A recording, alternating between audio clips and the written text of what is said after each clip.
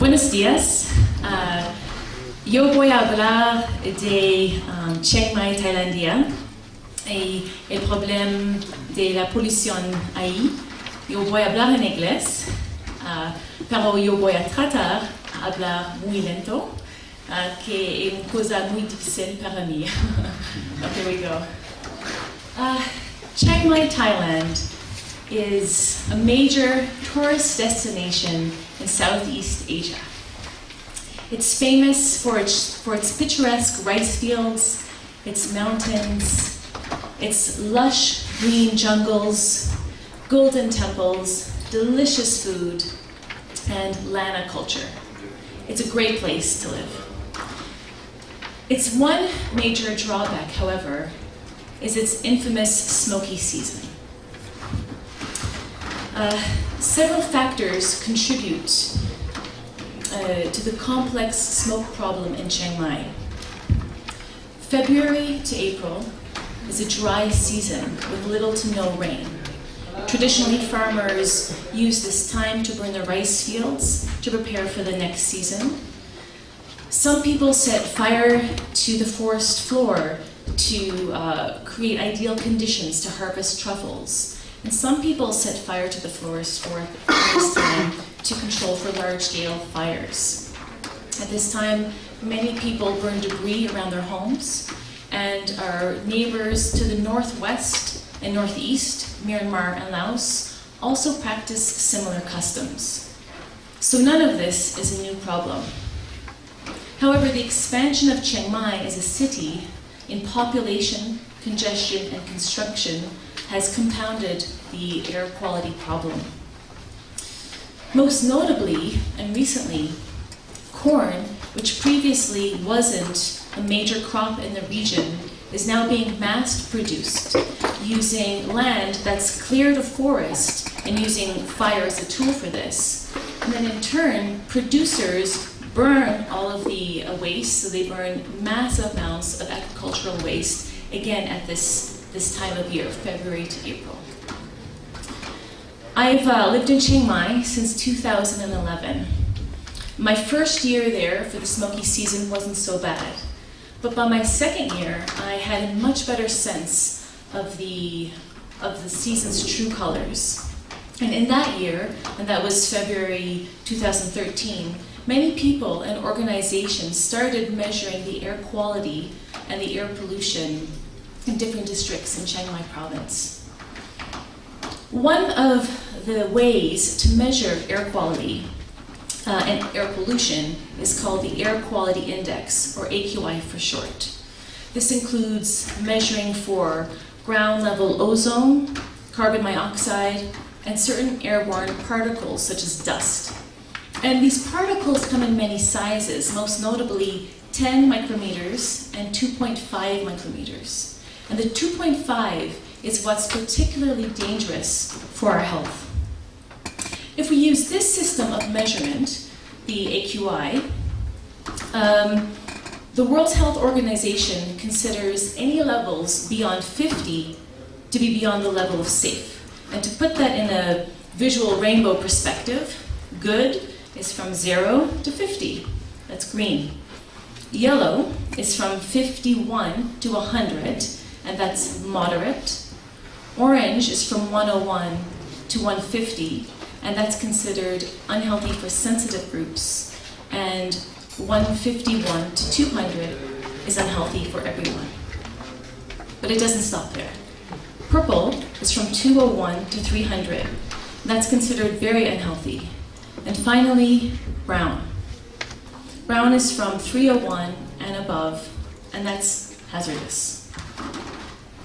This piece is called Brown is the New Red because only a few years ago in Chiang Mai, when levels hit red, we acted accordingly. We panicked. We put on masks, we stayed inside, we put on air purifiers, and we avoided breathing the outside air. But this past year, 2019 smoky season, was so terrible, with back-to-back days of levels of purple and some days where levels reached brown, that when levels came back down to red, red suddenly felt not so bad.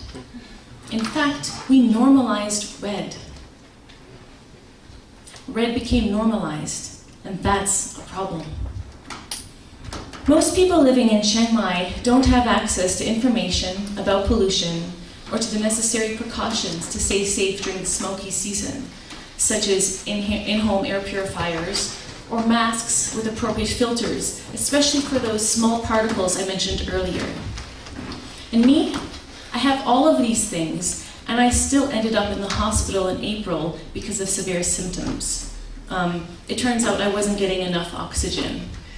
And all things considered, I am one of the lucky ones. I choose to live in Thailand. I have access to the best healthcare in the city, and if I want to, I can take my family away for a weekend to get a short reprise during this horrible season.